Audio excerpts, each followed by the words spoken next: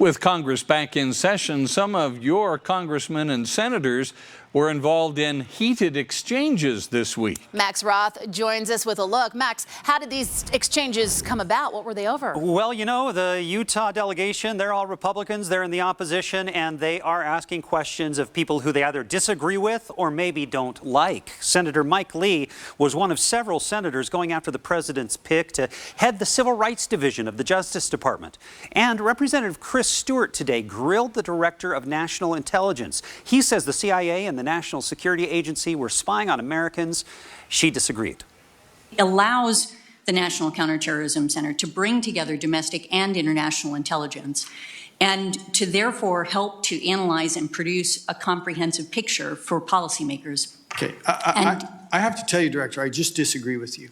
And I think the American people should be scared to death of this. Representative John Curtis was focused on the troubled economies off of the Wasatch Front. These are resilient residents. They're proud.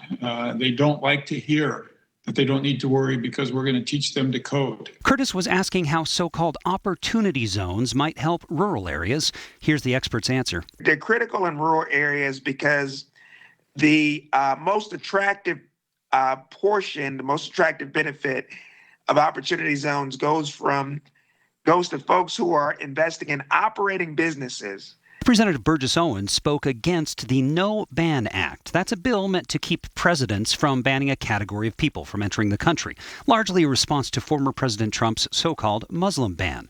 But Owens spoke of it as a danger to efforts at the southern border to combat human trafficking. We've seen this human trafficking before. We dealt with it 200 years ago, and we should deal with it again. It's a stain on our soul. Senator Mike Lee told CLARKE, the nominee to head the Justice Department's Civil Rights Division, that she had described a number of entities as racist, including the Justice Department. Were they racist when you worked there? I didn't follow the question. Was the U.S. Department of Justice a racist institution while you worked there? No, Senator. The Justice Department is anchored by dedicated career employees who work hard every day to follow the facts.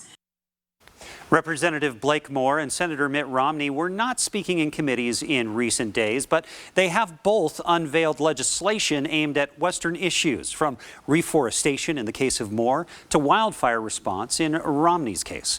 Live in studio, Max Roth, Fox 13 News.